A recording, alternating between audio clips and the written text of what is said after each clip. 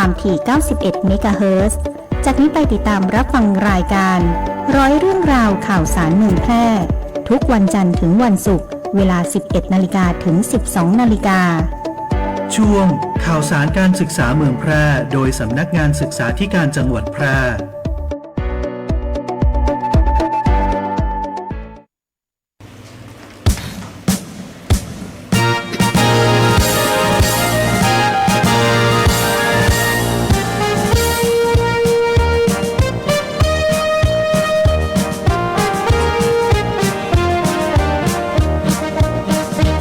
สำนักงานศึกษาธิการจังหวัดแพร่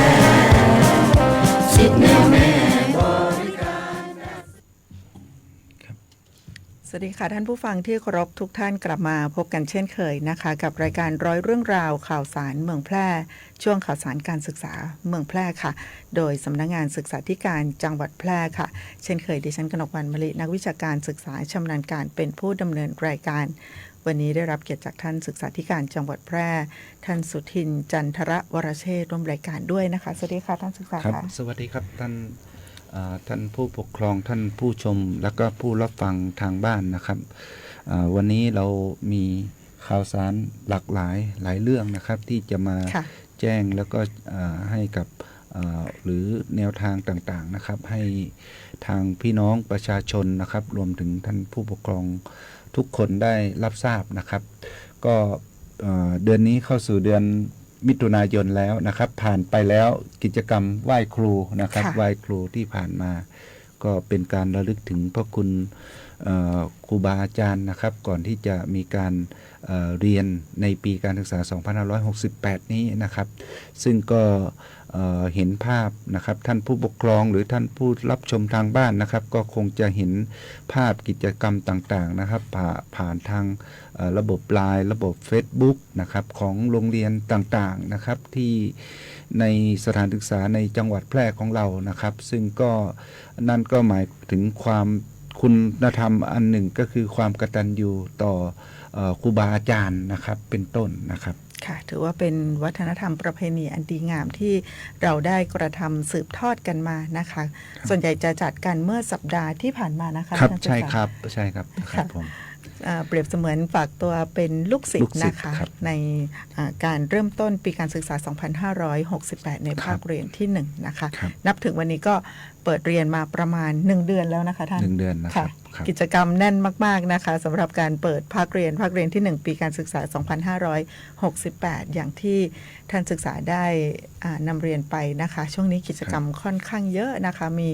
กิจกรรมมากมายหลากหลายซึ่งส่วนใหญ่ก็ทำเพื่อที่จะพัฒนาเด็กแล้วก็เยาวชนของเรานะคะถูกต้องครับถูกต้องครับขออนุญาตไปที่ข่าวแรกกันก่อนนะคะข่าวแรกขออนุญาตไปที่ข่าวดีกันก่อนนะคะเมื่อวันที่12มิถุนายน2568นะคะท่านรัฐมนตรีว่าการกระทรวงศึกษาธิการพลตำรวจเอกเพิ่มพูนชิดชอบนะคะท่านได้ลงนามในประกาศของกระทรวงศึกษาธิการในเรื่องของรายชื่อผู้ที่ได้รับรางวัลเชิดชูเกียรติพนักงานเจ้าหน้าที่ส่งเสริมความประพฤตินักเรียนและนักศึกษากระทรวงศึกษาธิการรางวัลเสมาพิทักษ์ประจำปี 2567 ระดับประเทศนะคะซึ่งในส่วนของผู้ที่ได้รับรางวัลเสมาพิทักษ์ระดับประเทศประจำปี 2567 นะคะจังหวัดแพร่ของเราได้รับการพิจารณาคัดเลือก1ท่านด้วยกันนะคะก็คือท่านผู้อำนวยการณัตยาสุธรรมค่ะผู้อำนวยการโรงเรียนบ้านเตาปูนพิชยาประชานุกูลโรงเรียนบ้านเตาปูนพิชยาประชานุกูลสังกัดสำนักงานเขตพื้นที่การศึกษาประถมศึกษาแพร่เขต1นะคะก็ขอแสดงความยินดีกับท่านผู้อำนวยการณัตยาสุธรรมด้วยนะคะค่ะเป็นรางวัลระดับประเทศนะคะรางวัลเสมาพิทักษ์นะคะซึ่งรางวัลนี้ก็เพื่อที่จะยกย่องเชิดชูเกียรติผู้บริหารเจ้าหน้าที่บุคลากรที่ปฏิบัติหน้าที่เกี่ยวกับการส่งเสริมความประพฤตินักเรียนนักศึกษานะคะที่มีผลการปฏิบัติงานที่ดีเด่นนะคะรวมไปถึงการสร้างขวัญแล้วก็กำลังใจในการปฏิบัติงานด้วยค่ะครับผมครับ มาที่ข่าวที่2นะคะเป็นภารกิจของเช้าวันนี้นะคะเป็นกิจกรรมที่สำคัญก็คือการดำเนินการค่ายพลเมืองดีตามรอยพระยุคลบาทนะคะซึ่งเป็นโครงการสร้างและส่งเสริมความเป็นพลเมืองดีตามรอยพระยุคลบาทด้านการปฏิบัติด้านการศึกษาสู่การปฏิบัติประจำปีงบประมาณ 2568 นะคะซึ่งสำนักงานศึกษาธิการจังหวัดแพร่นะคะจัดขึ้นทั้งหมด3 รุ่นด้วยกัน3 รุ่นครับ3 รุ่นครับผมวันนี้เป็นการเปิดค่ายที่1นะคะรุ่นแรกนะคะของอำเภอเมืองแพร่ค่ะท่านครับผมคือโครงการนี้ถ้าย้อนไปปีที่แล้วนะครับอยากจะย้อนไปนิดนึงโครงการนี้ก็เราจัดเมื่อวันที่ 4 กรกฎาคม 67 นะครับอันนี้จัดที่วิทยาลัยเทคนิคซึ่งก็ได้รับความพึงพอใจนะครับจากทั้งตัวนักเรียนนะครับแล้วก็ครูและบุคลากรทางการศึกษานะครับมาปีนี้เราก็ได้รับงบประมาณในการจัดโครงการนี้อีกนะครับแต่ปีนี้เราจัดเป็น3 รุ่นนะครับเป็น3 จุดนะครับจุดหลักก็คือจุดแรกที่ไหนนะครับเมื่อเช้านี้จัดที่หอประชุมกเปานะคะก็ได้รับเกียรติจากท่านผู้อำนวยการสำนักงานเขตพื้นที่การศึกษาประถมศึกษาขออภัยค่ะสำนักงานเขตพื้นที่การศึกษามัธยมศึกษาแพร่นะคะท่านรุ่งอรุณป้องกันมาเป็นประธานในพิธีค่ะท่านผอ.เขตมัธยมนะครับคราวนี้รุ่นนี้ที่กำลังจัดอยู่เนี่ยก็คือมีเป็นโรงเรียนมัธยมนะครับโรงเรียนมัธยมในระดับม.ต้นนะครับที่เอามาร่วมในการฝึกอบรมนะครับเข้าค่ายนะครับ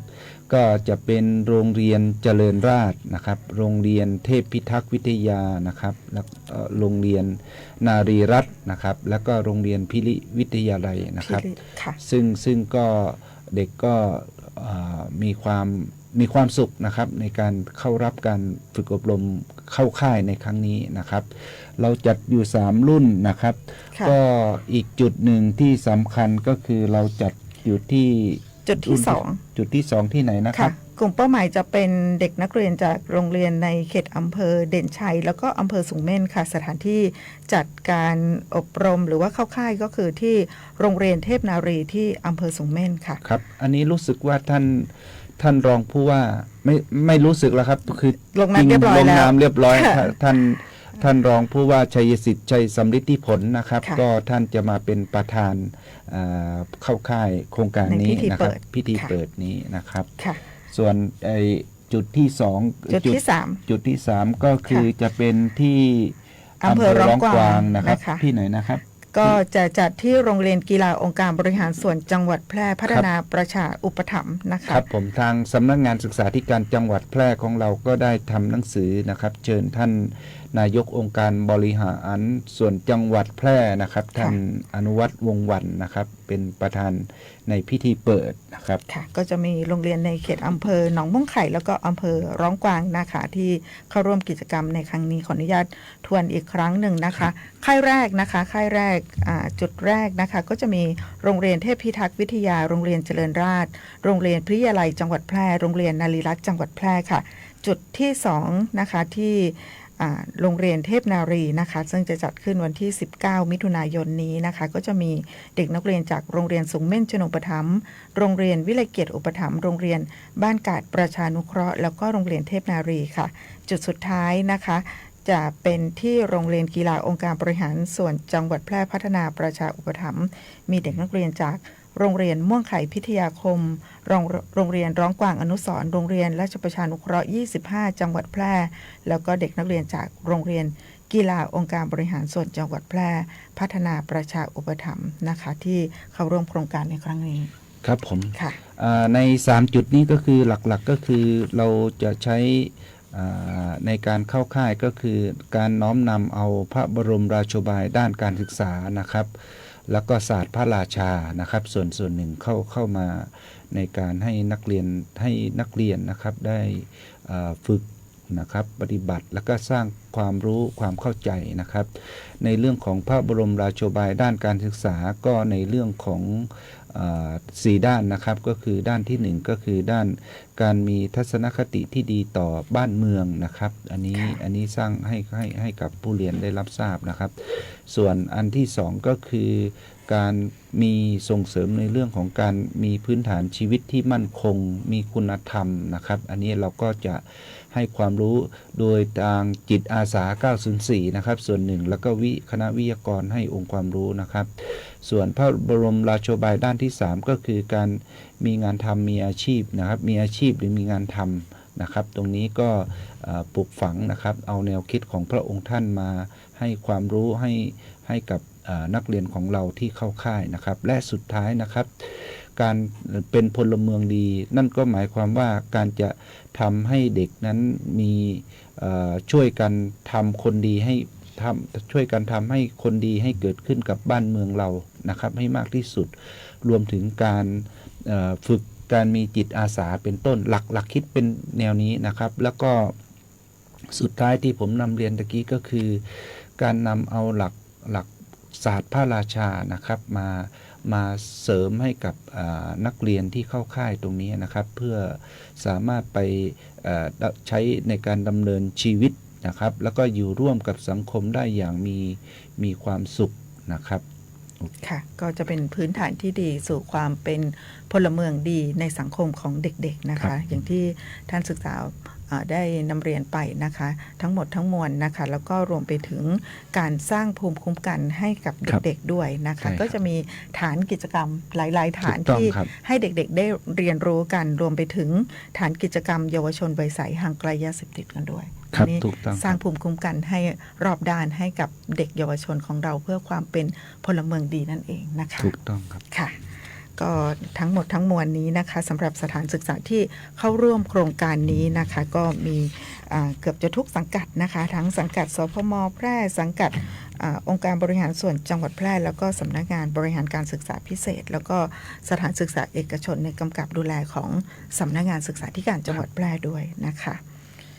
ไปอีกกิจกรรมหนึ่งเป็นกิจกรรมดีๆที่เกิดขึ้นในช่วงวันหยุดที่ผ่านมาค่ะท่านศึกษาเมื่อวันเสาร์ที่ผ่านมานะคะค่ะทางจังหวัดแพร่ของเราได้จัดกิจกรรมสารสัมพันธ์นักเรียนทุนพระราชทานมทส.จังหวัดแพร่ขึ้นนะคะซึ่งในการจัดกิจกรรมในครั้งนี้นะคะก็ได้รับความอนุเคราะห์แล้วก็ความเมตตาเป็นพิเศษนะคะจากท่านเจ้าคุณพระโกษัยเจติยรักษ์รองเจ้าคณะจังหวัดแพร่เจ้าอาวาสวัดพระธาตุช่อแฮพระอารามหลวงนะคะท่านสมชัยเลิศประสิทธิพันธ์ท่านผู้ว่าราชการจังหวัดแพร่ท่านทิติมาสุภาพันธ์ประธานแม่บ้านมหาดไทยจังหวัดแพร่ท่านอัฐฟ้าก้อนทองหัวหน้าสำนักงานจังหวัดแพร่นะคะแล้วก็ท่านศึกษาธิการจังหวัดแพร่ของเราท่านสุทินจันทรวรเชษฐ์นะคะได้ร่วมกันจัดกิจกรรมให้กับเด็กนักเรียนทุนพระราชทานมทส.ของจังหวัดแพร่ของเรานะคะที่วัดพระธาตุช่อแฮพระอารามหลวงค่ะครับต้องกราบขอบพระคุณท่านเจ้าคุณนะครับพระโกษัยเจติยาลักษณ์นะครับท่านได้อนุเคราะห์สถานที่และยังไม่พอนะครับท่านก็ได้บรรยายธรรมนะครับเกี่ยวกับคุณธรรมของนักเรียนทุนมทส.นะครับตลอดถึงการสร้างจิตสำนึกรักบ้านเกิดนะครับให้กับนักเรียนผู้รับพระราชทานทุนมทส.นะครับตลอดจนท่านต้องกราบขอบพระคุณอีกท่านหนึ่งครับที่เป็นหลักให้ก็คือท่านผู้ว่าราชการจังหวัดแพร่นะครับท่านมีแนวคิดที่จะเอานักเรียนทุนพระราชทานนะครับหรือว่าทุนมทส.ง่ายๆนะครับก็เอามาพบปะแล้วก็ทำกิจกรรมที่มันเป็นประโยชน์นะครับแล้วก็เป็นการให้นักศึกษาผู้เข้ารับพระราชทานทุนการศึกษาเนี่ยทุนมทส.เนี่ยนะครับมาพูดคุยนะครับมาพูดคุยแล้วก็แนวทางในการสำนึกรักบ้านเกิดนะครับแนวทางในการหลังจากที่จบการศึกษาแล้วจะตอบแทนบุญคุณกับในบ้านเกิดของเราอย่างไรนะครับอันนี้คือส่วนหนึ่งก็แล้วอีกอันหนึ่งก็คือการมาทำกิจกรรมจิตอาสานะครับซึ่งวันนั้นก็เป็นไป บรรยากาศนะครับก็คือ อบอุ่นเลยทีเดี อ ยว บอุ่นเลยครับ แล้วก็น้องแต่ละคนนี่การพูดนี่พูดด้วยความมั่นใจ แล้วก็มีประสบการณ์เยอะนะครับ หลายๆ คนอย่างน้องที่เรียนอยู่ชั้นปีที่4นะนักจิตวิทยาใช่ไหมครับ ปีที่ 3 ค่ะ ปีที่3 น้ นะ อง ครับ ชนทิชาศรีวิไลนะคะ ครับ น้อง ผม ฟิล์ม ครับ ตอนนี้เรียนอยู่ชั้นปีที่ 3 คณะจิตวิทยาจุฬาลงกรณ์มหาวิทยาลัย ครับผม ค่ะ เป็นผู้นำดีมากๆเลย เป็นผู้นำแล้วก็ ค่ะ เป็นพิธีกรด้วยนะครับ ค่ะ เก่งมากนะครับ แล้วก็โอ้โหได้แนวคิดอะไรเยอะนะครับจากน้องๆละทั้ง7 คนนะครับวันนั้นมา7 คนครับ ค่ะ 7 ติดภารกิจกัน นอกนั้นติดภารกิจ ค่ะ แต่ปีหน้านี้เราก็คงจะประสานงานตั้งแต่เริ่มต้นนะครับ เอามา ค่ะ พบปะพูดคุยนะครับ ซึ่งทางท่านพระเดชพระคุณหลวงพ่อท่านเจ้าคุณนะครับ ท่านก็สนับสนุนนะครับ กิจกรรมนี้อย่างเต็มที่นะครับ แล้วท่านผู้ว่าก็สนับสนุน คราวนี้เด็กก็จะมาแลกเปลี่ยนนะครับประสบการณ์นะครับว่า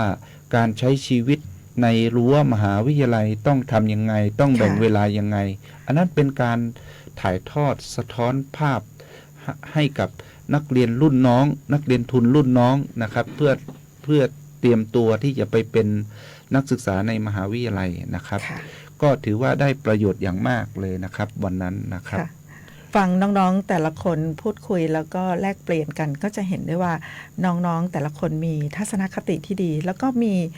โดยเฉพาะอย่างยิ่งการวางแผนในเรื่องของการใช้ทุนค่ะท่านศึกษาคะ ครับถูกต้องครับ เด็กแต่ละคนใช้ทุนอย่างคุ้มค่าจริงๆ แล้วก็บางคนมีการวางแผนไว้ใช้ในช่วงที่สำคัญของชีวิต ครับ ตอนที่ได้มัธยมศึกษาหลายคนเอาไปใช้บางส่วนหลายคนแทบจะไม่ได้ใช้เลย ไม่ได้ใช้ เพราะว่า ครับ น้องๆให้เหตุผลว่าจะเก็บไว้ใช้ในการเรียนในระดับอุดมศึกษา ครับ ค่ะ ถูกต้องครับ คือในความเป็นจริงแล้วเนี่ยในอยู่เด็กผู้รับทุนเนี่ยถ้าอยู่ในช่วงมัธยมปลายเนี่ย ค่ะ เขาพ่อแม่ยังส่งได้นะครับ ค่ะ เขา ยั ก็ ง เก็บทุนไว้ก่อน ค่ะ นะครับ พอไปเป็นมหาวิทยาลัยเนี่ยในค่าหอ ในค่าอุปกรณ์การเรียนวัสดุฝึกอะไรต่างๆนะครับ ค่าใช้จ่ายส่วนตัวนะครับ เครื่องวัสดุอุปกรณ์อย่างเช่นโน้ตบุ๊กหรือแท็บเล็ตเนี่ยที่เป็นสิ่งจำเป็นในยุคสมัยนี้นะครับในการเรียนเนี่ยต่อไปเนี่ยถ้าเด็กไม่มีโทรศัพท์หรือแท็บเล็ตหรือโน้ตบุ๊กเนี่ยมันจะเข้า มันเป็ ถึ น ง สิ่งจำเป็น สิ่ง ที่จะต้อง จำเป็น ใช้ในการศึกษาจริงๆ เข้าถึงเนื้อหาคอนเทนต์ซึ่ง ค่ะ ตอนเนี้ยระบบการจัดการศึกษาเนี่ยอาจารย์มหาวิทยาลัยเนี่ยเขาจะใช้หลายระบบนะครับหลายรูปแบบนะครับ ไม่ใช่ซูมอย่างเดียวละมันมีโปรแกรมหลายๆ โปรแกรม บางท่านก็ใช้บางท่านก็ไม่ได้ใช้อย่างเงี้ยครับ เพราะสถานการณ์โลกมันเปลี่ยนรูปแบบเทคโนโลยีดิจิตอลเนี่ยมันก็ไปเร็วนะครับ อันนี้เป็นสิ่งหนึ่งที่นักศึกษาทุนเนี่ยเขาต้องจำเป็นต้องเก็บไว้ก่อน พอเรียนมหาลัยค่อยใช้จ่ายนั่นนะครับ ก็ถือว่าเป็นการวางแผนในการดำเนินชีวิตได้อย่างดีเยี่ยมนะครับ ค่ะ ได้อย่างดีเยี่ยม แล้วก็สอนฝึกประสบการณ์ให้กับน้องๆที่ยังอยู่ม .5 ม .6 นะครับนักเรียนทุนเขาก็จะได้วางแผนในการใช้จ่ายในรั้วมหาลัยต่อไปครับผม ค่ะ โดยเฉพาะอย่างยิ่งน้องๆหลายๆคนนะคะได้พูดคุยกันถึงเป้าหมายในชีวิตนะคะ ครับ ฟังแล้วชื่นใจนะคะท่านศึก ชื่ ษา นใจ ค่ะ แล้วก็ภาคภูมิใจด้วยนะครับผมภาคภูมิใจด้วย น้องๆหลายคนก็เลือกอาชีพ โดยเฉพาะอย่างยิ่งเลือกอาชีพเพื่อที่จะมาพัฒนาบ้านเกิด ถูก พั ต้ ฒ อง นา ครับ จังหวัดแพร่ของเรานะคะค่ะก็ถือว่าเป็นอีกหนึ่งกิจกรรมดีๆ ปีนี้อาจจะน้อยไปสักนิดนึงนะคะ แต่ว่าเป็นจุดเริ่มต้นของปีต่อๆไป ถูกต้องครับ ค่ะ ครับ ค่ะปีหน้าก็คาดว่าจะมีผู้มาร่วมกิจกรรมมากกว่านี้นะคะ แล้วก็วันนั้นน้องๆก็ได้แสดงความคิดเห็นในการที่จะรวมกลุ่มกันเพื่อที่จะจัดกิจกรรมดีๆ เพื่อสังคมนะคะ ถูก โดย ต้อง มีท่านผู้ว่าราชการจังหวัดแพร่นะครับก็เป็นหัวเรือใหญ่ที่จะคอยดูแลน้องๆด้วยนะคะค่ะค่ะอันนี้ก็เป็นกิจกรรมดีๆ ที่เกิดขึ้นในช่วงวันหยุดที่ผ่านมานะคะแล้วก็จะมีการสานต่อในปีต่อๆไปด้วยนะคะค่ะช่วงนี้ขออนุญาตพักเบรกกันสักครู่ช่วงหน้ากลับมาติดตามข่าวสารกันต่อค่ะ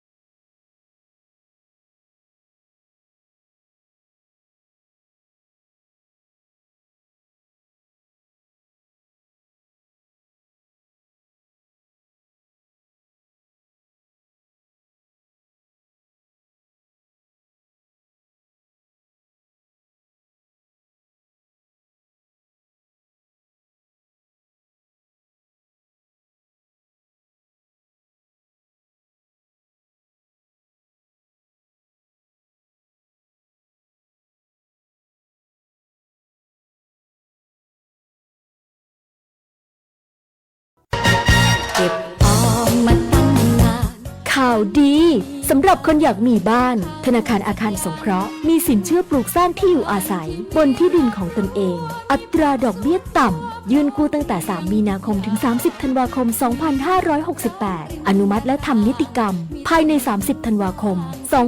2568 ผ่อนสบายสูงสุด40 ปีกรณีทำประกันสินเชื่อดอกเบี้ยเดือนที่ 1-6 0.89% ต่อปีและกรณีไม่ทำประกันสินเชื่อดอกเบี้ย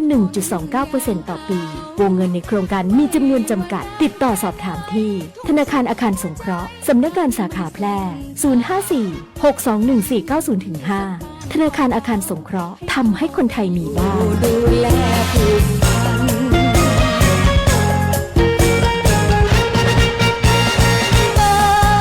น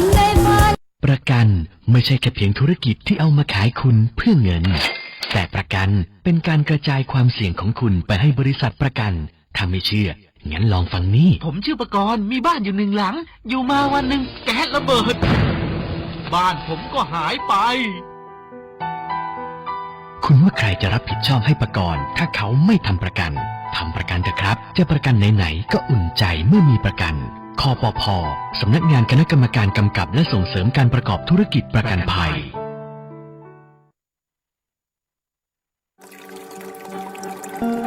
ในช่วงฤดูฝนมักจะเกิดฝนตกหนักในหลายพื้นที่เกิดน้ำท่วมฉับพลันน้ำป่าไหลหลากน้ำล้นตลิ่งองค์การบริหารส่วนจังหวัดแพร่ขอแจ้งเตือนประชาชนให้ติดตามข่าวสารสภาพอากาศจากกรมอุตุนิยมวิทยาหน่วยงานที่เกี่ยวข้องอย่างต่อเนื่องและปฏิบัติตามคำแนะนำอย่างเคร่งครัดหากอยู่ในพื้นที่เสี่ยงควรเตรียมความพร้อมใช้กระสอบทรายอุดปิดทางน้ำที่จะไหลเข้าบ้านเตรียมยกของขึ้นที่สูงให้พ้นจากระดับน้ำท่วมเตรียมอุปกรณ์สิ่งจำเป็นต่างๆให้พร้อมใช้ในยามฉุกเฉินเรียนรู้เส้นทางการอพยพไปที่ปลอดภัยรู้หมายเลขโทรศัพท์ฉุกเฉินของหน่วยงานท้องถิ่นเพื่อขอความช่วยเหลือระวังงดลงเล่นน้ำหรืออยู่ใกล้ทางน้ำหลากห้ามขับรถเข้าไปในพื้นที่น้ำท่วมหรือบริเวณที่มีน้ำหลากหากไม่ปลอดภัยให้ออกจากรถทันที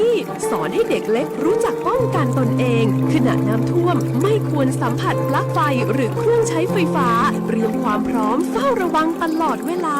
หากเกิดภัยพิบัติภาวะฉุกเฉินแจ้งสายด่วนปพ1784หรือแจ้งข้อมูลอบจ.แพร่โทร054-532-485ด้วยความห่วงใยจากองค์การบริหารส่วนจังหวัดแพร่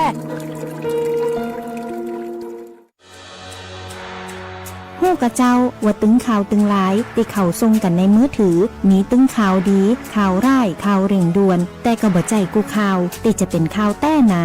ก่อนที่จะแชร์หรือว่าจะเจือข่าวอะหยังให้หยุดพอกำก่อนแล้วก็พอทีว่าเป็นข่าวแต้ก็ว่าข่าวปลอมข่าวที่ได้หันต้องตรวจสอบตีม้าของข่าวอ่านข่าวให้ครบกูบรรทัดพอวันเวลาของข่าวให้ชัดเจนข่าวนี่เกิดขึ้นมาได้เป็นข่าวเก่าก็ว่าเป็นข่าวใหม่เพื่อหาข้อมูลเพิ่มเติมจากหน่วยงานราชการหรือหน่วยงานที่เชื่อถือได้สำหรับการเผยแพร่ข่าวปลอมบ่ว่าจะตั้งใจหรือบ่ได้ตั้งใจก็มีโทษตามกฎหมายมีโทษตามพรบคอมพิวเตอร์ตึงปรับตึงจำคุกเลยก่อนจะแชร์ข่าวอะหยังให้ตรวจสอบให้ชัดเจนก่อนเด้อเจ้าบ่ดีปล่อยให้ความบ่ฮู้ยะให้เฮากลายเป็นผู้กระทำความผิด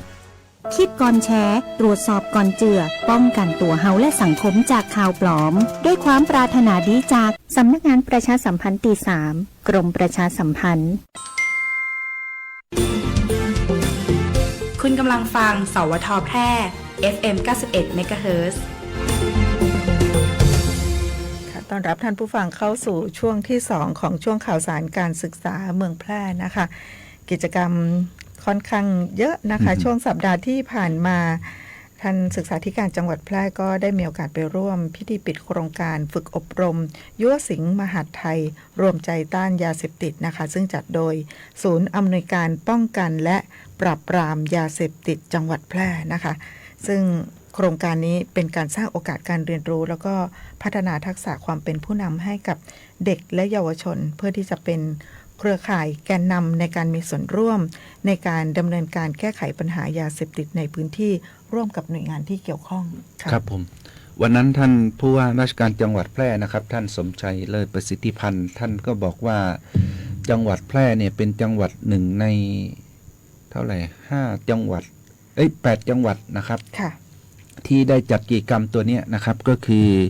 กิจกรรมโครงการฝึกอบรมยุวสิงห์มหาดไทยนะครับ เด็กเมื่อจบฝึกการอบรมแล้วนะครับ9 ถึง 13 มิถุนายนเนี่ยรวมเบ็ดเสร็จ5 วันเนี่ยก็จะได้หมวกนะครับได้หมวกได้วุฒิบัตรนะครับแล้วก็พร้อมที่จะเป็นผู้นำนะครับในการรณรงค์ต่อต้านยาเสพติดด้วยนะครับซึ่งวันนั้นเด็กก็ได้รับเกียรติบัตรนะครับเกียรติบัตรแล้วก็หมวกแล้วก็อีกอันหนึ่งก็คือเข็มครับ เป็นสัญลักษณ์ เข็ม ของ ครับ การไปเป็นแกนนำนะคะ ครับผมถูกต้องครับเด็กเหล่านี้ก็จะไปขยายผลนะครับน้องๆในแต่ละโรงเรียนนะครับแล้วก็ฝึกปฏิบัติร่วมกับชุมชนนะครับในการเป็นผู้นำนะครับในเรื่องของการแก้ไขปัญหายาเสพติดคือกระบวนการส่วนหนึ่งนะครับอย่าลืมว่ากระทรวงศึกษาธิการเนี่ยกระทรวงศึกษาธิการมีหน้าที่ในการสร้างภูมิคุ้มกันให้กับเด็กในเรื่องของการแก้ไขหรือการป้องกันปัญหายาเสพติดนะครับคราวนี้กระทรวงมหาดไทยนะครับโดยการป้องกันจังหวัดนะครับได้จัดกิจกรรมตัวนี้ก็ถือว่าเป็นอีกกิจกรรมหนึ่งที่เป็นการเสริมภูมิคุ้มกันให้กับเด็กและยังไม่พอยังเป็นแนวทางในการขยายผลนะครับให้น้องๆเยาวชนเนี่ยห่างไกลจากยาเสพติดนะครับไม่เข้าไปเกี่ยวข้องกับยาเสพติดอย่างนี้เป็นต้นนะครับครับอีกอันหนึ่งก็คือส่วนหนึ่งก็คือน้องๆเหล่านี้ก็จะไปขยายผลที่โรงเรียนนะครับแล้วก็ชุมชนในหมู่บ้านส่วนหนึ่งนะครับอันนี้ก็คือเป็นหน้าที่หลักแล้วก็จัดปีนี้นี่เป็นปีแรกนะครับของจังหวัดแพร่ที่ทางกระทรวงมหาดไทยนะครับโดยศูนย์อำนวยการป้องกันแก้ไขปัญหายาเสพติดในจังหวัดแพร่ของเราได้รับงบประมาณมาแล้วก็จัดขึ้นนะครับก็ถือว่าเป็นความโชคดีกับน้องๆเด็กและเยาวชนนะครับมาจากหลากหลายทุกสังกัดเลยทุกสังกัดเลยนะครับก็ถือว่าสำเร็จไปด้วยดีครับตรงนี้ครับค่ะเป็นยุวสิงห์ของมหาดไทยนะคะยุวสิงห์กระทรวงมหาดไทยนะคะซึ่งถือว่าเป็นเครือข่ายที่สำคัญแล้วก็จะมีความเข้าอกเข้าใจกันด้วยค่ะท่านศึกษาค่ะเวลาเราทำงานเกี่ยวกับการป้องกันในเรื่องของปัญหายาเสพติดนะคะก็จะมีในส่วนของผู้ใหญ่ที่เราได้บูรณาการการทำงานร่วมกันหลายๆหน่วยงานนะคะโดยเฉพาะอย่างยิ่งในส่วนของทางด้านฝ่ายปกครองของทางจังหวัดเรานะคะตอนนี้เราขยายผลไปสู่เด็กๆเยาวชนของเรานะคะมาเป็นยุวสิงห์มหาดไทยนะคะเพื่อที่จะทำหน้าที่ในการขยายผลแล้วก็สร้างเครือข่ายให้เกิดขึ้นในพื้นที่เพื่อที่จะดูแลเพื่อนๆของเขาด้วยครับนะคะถูกต้องเลยครับนี่แหละครับนี่คือตามวัตถุประสงค์ที่โครงการตัวนี้นะครับค่ะสร้างภูมิคุ้มกันภูมิต้านทานให้กับเด็กๆกลุ่มนี้ในขณะเดียวกันน้องที่เป็นยุวสิงห์ของมหาดไทยนะคะก็จะเป็นเครือข่ายแกนนำในการมีส่วนร่วมในการแก้ไขปัญหายาเสพติดในพื้นที่ทั้งสถานศึกษาของเขาแล้วก็ชุมชนที่เขาอาศัยด้วยนะคะร่วมกันในการทำงานนะคะอีกโครงการหนึ่งที่สำคัญที่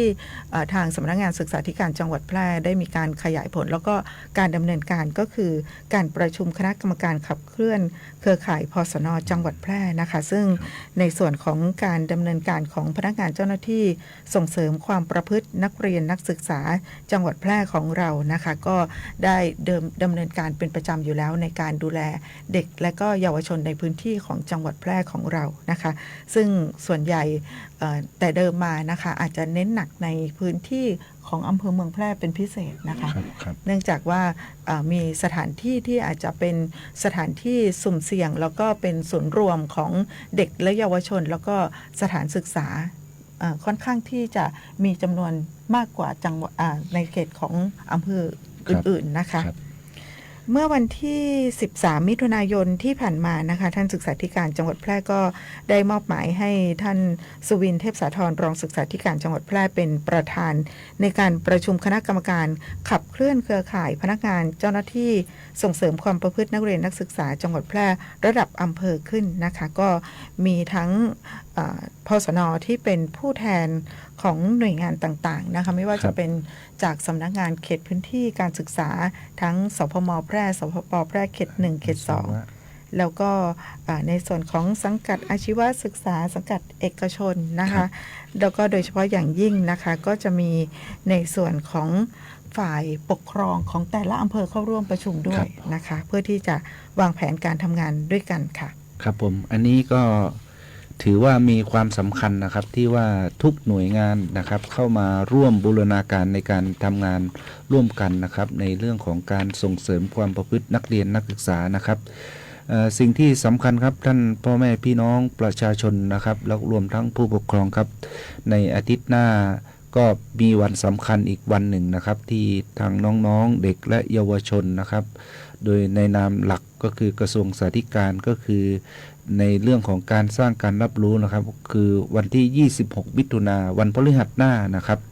ก็จะมีอีกกิจกรรมหนึ่งที่มีความสำคัญนะครับทั้งหน่วยงานทางการศึกษาหน่วยงานทางการปกครองนะครับ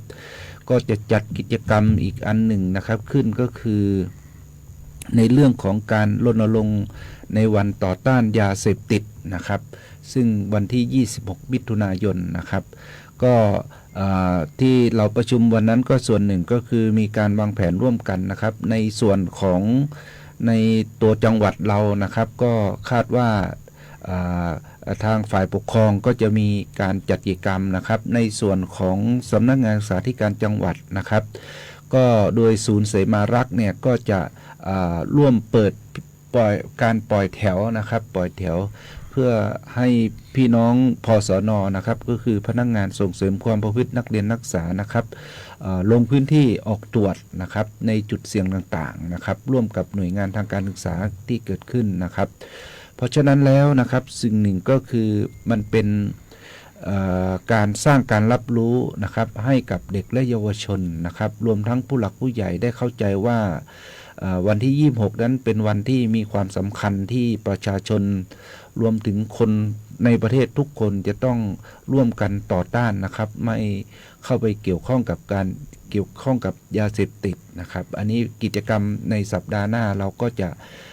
หลายๆหน่วยงานก็จะจัดกิจกรรมนี้เกิดขึ้นนะครับมันก็สอดรับกับการเราได้ประชุมการเตรียมการวางแผนนะครับในเรื่องของการขยายเครือข่ายเจ้าหน้าที่นะครับพสน.ในระดับอำเภอให้เกิดขึ้นนะครับค่ะวันต่อต้านยาเสพติดโลกนะคะซึ่งตรงกับวันที่26มิถุนายนของทุกปีนะคะปีนี้ปี2568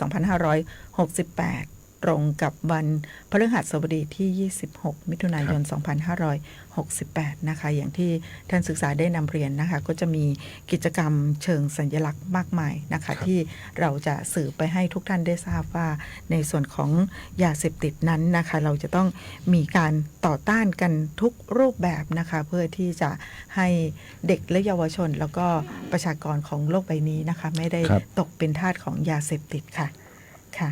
อีกกิจกรรมหนึ่งนะคะสัปดาห์ที่ผ่านมานะคะท่านศึกษาธิการจังหวัดแพร่ได้ไปร่วมเป็น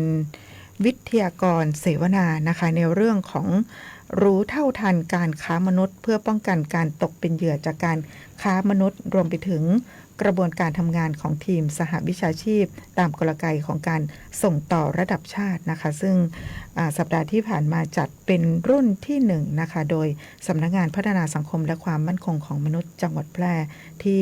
โรงแรมแพร่นครานะคะครับผมก็ส่วนหนึ่งนะครับเป็นบทบาทหน้าที่และภารกิจของสำนักงานสาธารณจังหวัดนะครับในการป้องกันและปราบปรามการค้ามนุษย์นะครับซึ่งมีทางสำนักงานศึกษาธิการจังหวัดนะครับก็มีบทบาทสำคัญที่หลักๆที่พอที่จะสรุปให้กับพ่อแม่พี่น้องประชาชนนะครับได้รับทราบนะครับก็คือหน้าที่หนึ่งก็คือการสร้างภูมิคุ้มกันนะครับก็คือการสร้างความตระหนักรู้และก็เฝ้าระวังนะครับเกี่ยวให้กับข้าราชการครูและบุคลากรทางการศึกษานะครับนักเรียนผู้ปกครองและชุมชนนะครับในรูปแบบการค้ามนุษย์นะครับแบบใหม่นะครับสัญญาณอันตรายที่ควรเฝ้าระวังนะครับในเรื่องของรวมถึงช่องทางนะครับขอความช่วยเหลือนะครับ ก็ให้กับพี่น้องประชาชนหรือนักเรียนเยาวชนนะครับได้ตระหนักถึงความรุนแรงและผลกระทบจากการค้ามนุษย์นะครับอันที่สองก็คือเรื่องนั้นก็คือแนวทางอันก็คือกำหนดมาตรการในกลไกการป้องกันนะครับส่วนหนึ่งก็คือการจัดทำแผนนะครับ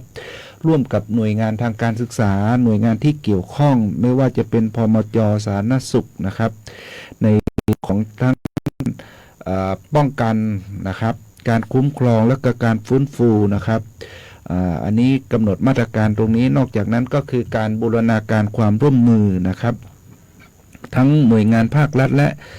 เอกชนนะครับเช่นตำรวจนะครับพมจ.นะครับแรงงานสาธารณสุขนะครับเพื่อหรือ NGO นะครับเพื่อบูรณาการทำงานแล้วก็แลกเปลี่ยนข้อมูลข่าวสารนะครับอันถัดที่3นะครับก็เป็นเรื่องของนอกจากนี้นะครับนอกจากการสร้างองค์ความรู้แล้วมีมาตรการและมีแผนการป้องกันแล้วแล้วก็ในส่วนเรื่องของการคุ้มครองและช่วยเหลือผู้เสียหายนะครับก็อาจจะมีการประสานงานการคุ้มครองนะครับเมื่อพบผู้เสียหายจากการค้ามนุษย์ก็จะประสานกับหน่วยงานที่รับผิดชอบนะครับโดยตรงนะครับเพื่อให้ความช่วยเหลือในการคุ้มครองดูแลฟื้นฟูสภาพจิตใจอันนี้ก็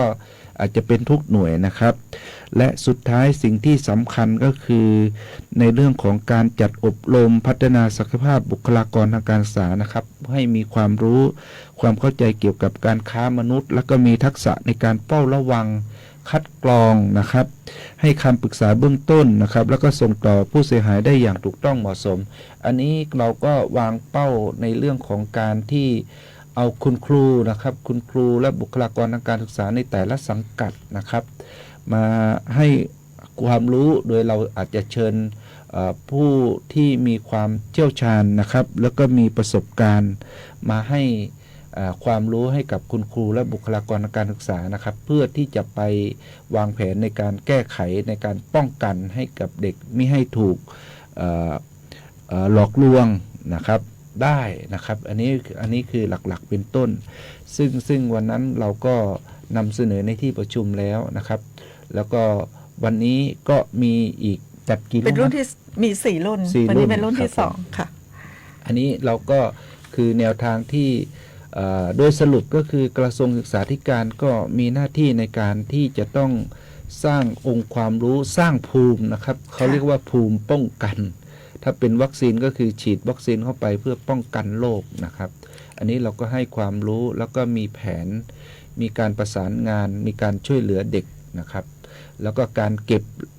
เขาเรียกว่าเก็บความลับข้อมูลส่วนบุคคลนี่เราจะต้องใช้ความระมัดระวังนะครับครับผมอันนี้ก็คือประมาณนี้ครับหลักๆก็คือของกระทรวงศึกษาธิการก็ต้องใช้แนวทางในการดำเนินงานและเนี่ยครับสร้างภูมิคุ้มกันให้กับเด็กและเยาวชนแล้วก็เพิ่มเติมอัดความรู้ให้กับคุณครูนะครับในความการค้ามนุษย์รูปแบบใหม่ให้ครูได้รับทราบเป็นต้นนะครับค่ะบางทีศัพท์คำนี้อาจจะฟังแล้วดูไกลตัวนะคะเรื่องของการค้ามนุษย์นะคะจริงๆแล้วการแสวงหาผลประโยชน์นะคะโดยการบังคับขู่เข็นให้กระทำใดๆก็แล้วแต่ถือว่าเป็นการค้ามนุษย์ทั้งสิ้นนะคะซึ่งเด็กๆของเรานะคะโดยเฉพาะอย่างยิ่งทุกวันนี้โลกของเด็กๆกว้างกว่าที่เราคิดนะคะโลกของการติดต่อสื่อสารโลกออนไลน์ในสังคมออนไลน์นะคะบางทีเด็กอาจจะตกเป็นเหยื่อโดยที่ผู้ใหญ่อาจจะไม่ทราบข้อมูลตรงนี้นะคะเด็กก็อาจจะไม่รู้เท่าทันซึ่งตรงนี้การแสวงหาความรู้ในสิ่งเหล่านี้คุณครูบุคลากรทางการศึกษาบุคลากรที่เกี่ยวข้องจะต้องรู้เท่าทันเพื่อที่จะดูแลเด็กของเรานะคะค่ะอันนี้ก็เป็นกิจกรรมดีๆที่ทางสำนักงานพัฒนาสังคมและความมั่นคงของมนุษย์จังหวัดแพร่จัดขึ้นนะคะเพื่อเป็นการเฝ้าระวังแล้วก็ป้องกันการค้ามนุษย์นะคะโดยมีกลุ่มเป้าหมายที่เข้ารับการอบรมในครั้งนี้เป็นบุคลากรในสถานศึกษาของจังหวัดแพร่ทุกสังกัดนะคะจัดทั้งหมด4รุ่นครอบคลุมทั้งจังหวัดแพร่เลยนะคะไปอีกข่าวหนึ่งนะคะเมื่อสัปดาห์ที่ผ่านมาวันที่13มิถุนายนนะคะท่านศึกษาธิการจังหวัดแพร่ไปเป็นประธานในพิธีบันทึกข้อตกลงความร่วมมือเป็นเครือข่ายโรงเรียนคุณธรรมสพทนะคะเพื่อที่จะ สร้างข้อตกลงในการร่วมกันพัฒนาเครือข่าย สร้างคุณธรรมให้เกิดขึ้นกับนักเรียนที่ศูนย์การศึกษาพิเศษประจำจังหวัดแพร่ค่ะครับสรุปก็คือทำ MOU นะครับโรงเรียนคุณธรรมของสพทนะครับหลักก็คือการนำเอาพระบรมราโชบายด้านการศึกษานะครับมาปฏิบัตินะครับกับโรงเรียนในเครือข่ายนะครับของสำนักงานบริหารการศึกษาพิเศษนะครับซึ่งก็ได้รับความร่วมมือแล้วก็พร้อมปฏิบัตินะครับตาม MOU นะครับค่ะมีผู้แทนสถานศึกษาหน่วยงานแล้วก็ภาคีเครือข่ายของสพทเข้าร่วมลงนามเป็นเครือข่ายโรงเรียนคุณธรรมสพทของจังหวัดแพร่ของเรานะคะเมื่อวันที่13ที่ผ่านมานะคะตอนนี้เวลาของรายการหมดลงแล้วนะคะติดตามรับฟังข้อมูลข่าวสารทางด้านการศึกษากันได้เป็นประจำทุกวันอังคาร 11 นาฬิกาทางสพทแพร่ค่ะวันนี้นำรายการจากลาท่านผู้ฟังท่านผู้ชมไปก่อนค่ะสวัสดีค่ะครับสวัสดีครับ